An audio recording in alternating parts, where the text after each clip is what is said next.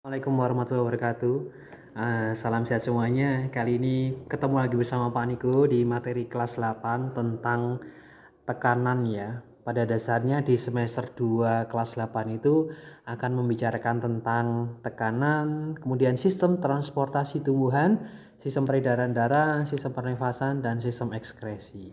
Oke, kali ini kita akan lebih detail membahas tentang tekanan atau bab pertama di semester 2.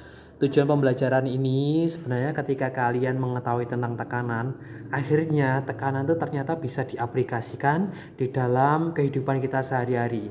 Pemanfaatannya, tekanan itu ternyata berlaku di benda padat, kemudian benda cair, dan benda gas. Sehingga apa? Ketika kita tahu tentang tekanan, kita akan mendapatkan manfaat maksimal dari tekanan tersebut.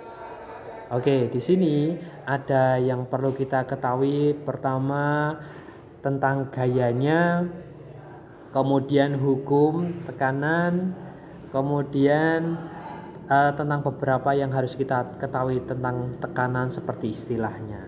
Oke, di sini ada gaya luas bidang ini pada tekanan pada benda padat, kalau hidrostatis ini pada benda cair. Sedangkan hukumnya ada hukum Pascal, Archimedes, kemudian ada bejana berhubungan dan Boyle.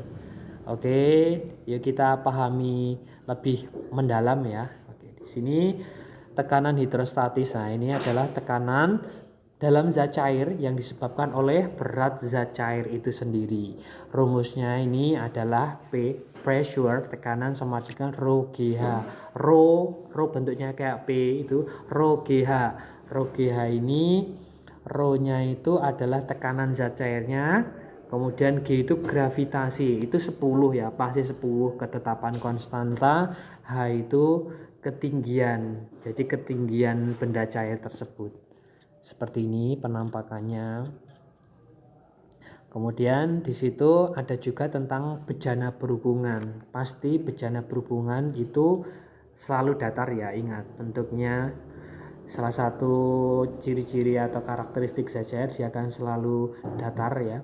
Hukum bejana berhubungan, apabila bejana berhubungan di zat cair yang sama dalam keadaan setimbang, zat cair dalam bejana itu terletak pada satu bidang datar.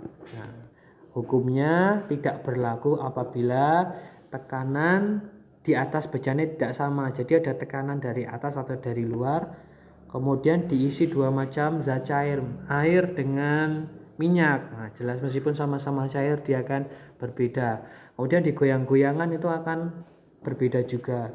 Kemudian salah satu bejana bentuknya pipa kapiler karena dia akan membuat tekanan yang berbeda. Gitu.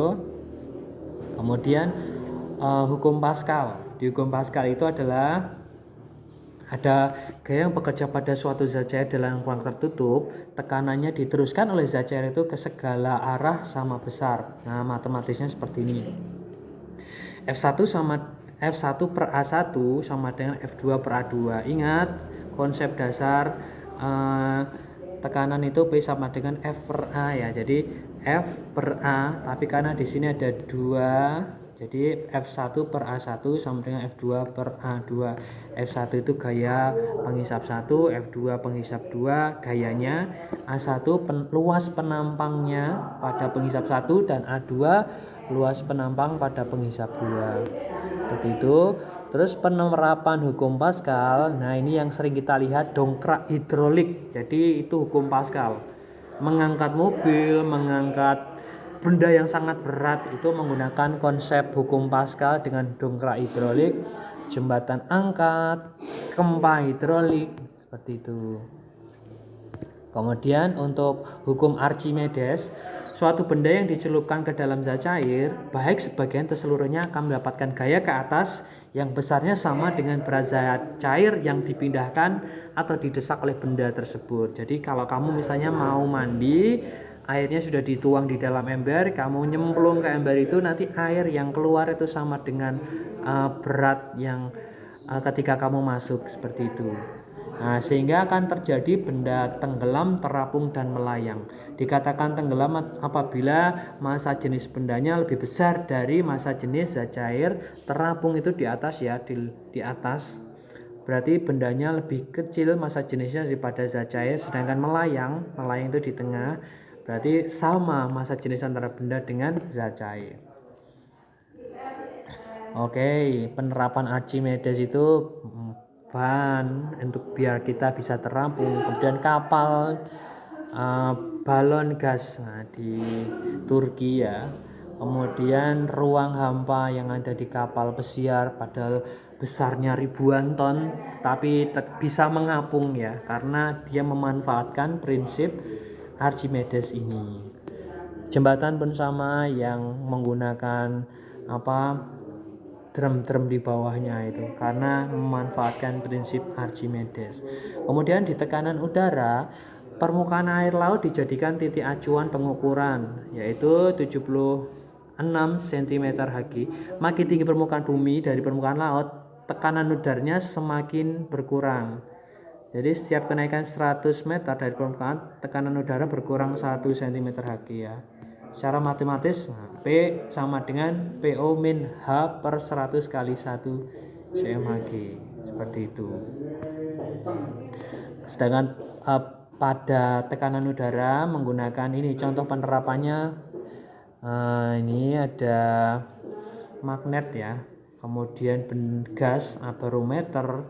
Kemudian ada pompa udara, kemudian kompas dan lain-lain.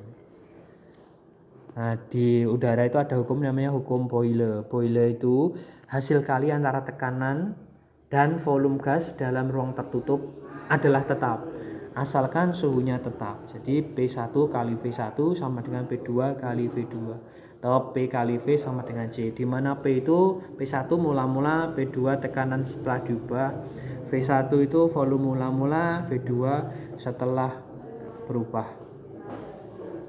Nah, penerapan tekanan udara pompa, ada pompa tekan tangan, pompa tekan kaki juga, kompresor dan lain-lain.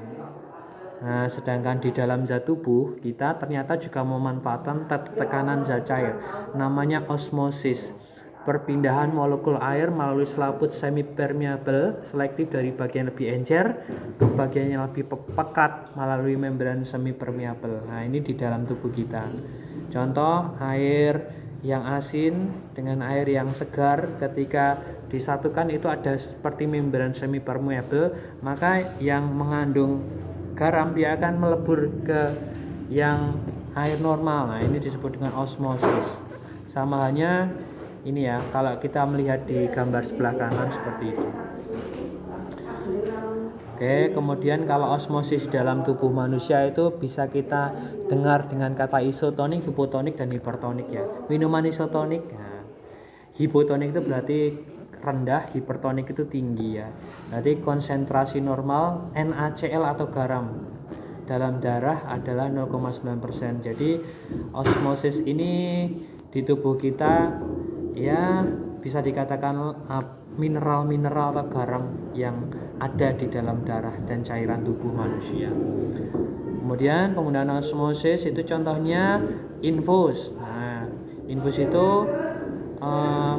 harus isotonik dengan sel darah tubuh agar tidak terjadi krenasi maupun plasmolisis. Itu ya, penyerapan air dan mineral dalam tanah oleh akar tanaman, ini jelas ya. Jadi akar dari dalam tanah menuju ke atas lewat batang menuju ke daun itu melalui ini. Nah, seperti itu untuk materi tekanan pada kelas 8. Sampai berjumpa. Wassalamualaikum warahmatullahi wabarakatuh.